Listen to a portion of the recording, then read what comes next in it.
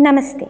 Welcome to a new episode of Tradition Speaks, and our topic for today is the importance of knowing the subtle body. My name is Ulpala and I'm a teacher at Hatha Vidya Traditional School of Yoga. Hatha Yoga practices are known to provide inner peace and balance in life. At the outset, it may appear that such practices works primarily on our body limbs and breathing pattern. However, these practices have much more profound application.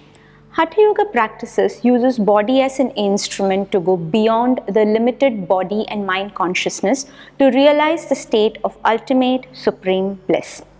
As per traditional texts, human body is a representation of the cosmic universe, and by having a deep understanding of the body, one can understand the universe and its functioning. Yogic practices work on the subtle faculties within us, which are much deeper beyond body, limbs and organs.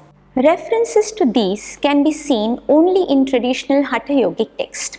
In this edition of Tradition Speaks, we will throw light on the fine factors within our body relevant in yogic practices with the help of an important verse from Goraksha Paddhati, one of the most revered book on Hatha Yoga.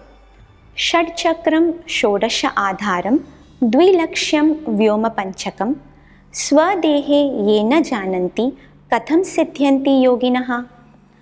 How can yogis achieve siddhi or perfection if they do not know the 6 chakras, the 16 adharas, 2 lakshyas or objects, and 5 elements located within their own bodies? In this verse, Gorakshanatha clearly highlights the key faculties relevant in yogic practices and stresses the importance of understanding these by expressly stating that one who does not know this cannot be considered as a yogi. Before we dwell into the faculties highlighted in the verse, it is important to reiterate on what yoga is. Yoga is the state where one is completely free of thoughts and ripples in the mind, where only pure consciousness remains. Happiness gained through the sensory object is not the real happiness. Such happiness which common man enjoys is short-lived, and any changes in these factors contributing to that happiness only leads to disturbances. One can realize one's natural state of bliss only by understanding the thought process of the mind, which influences the dynamics of one's life, and accordingly equip oneself within the capabilities to balance the vagaries of the mind. Mind starts functioning from the repository of memories. From the memories arises thoughts. Thoughts turn to words. Words become action, and action leads to experiences. And then, through the experiences, one gains knowledge.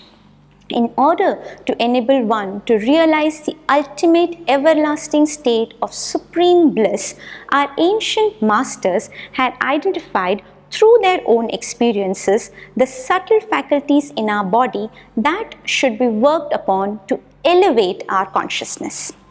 Let's look at the faculties highlighted in this verse. Shad chakras are 6 energy centers within the body, popularly known as 6 chakras.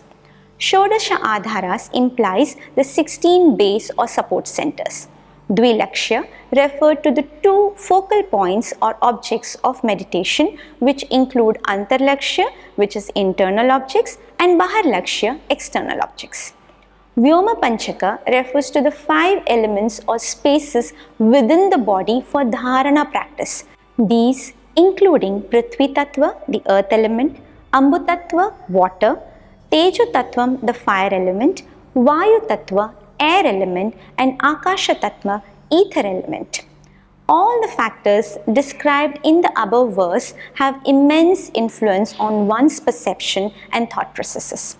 Usually, in a layman, these faculties are dormant. Acquiring control over these elements will in turn enable one to gain control over their senses and help to understand the life beyond the limited sensual perceptions. When Hatha Yogic practices are adopted merely as body exercises as commonly understood, one completely misses out the real purpose and indeed loses the opportunity to understand one's own self. However, these should be learned systematically only from an eminent teacher who has accomplished in such practices. We will continue to bring more such insightful information related to different topics directly from the traditional texts.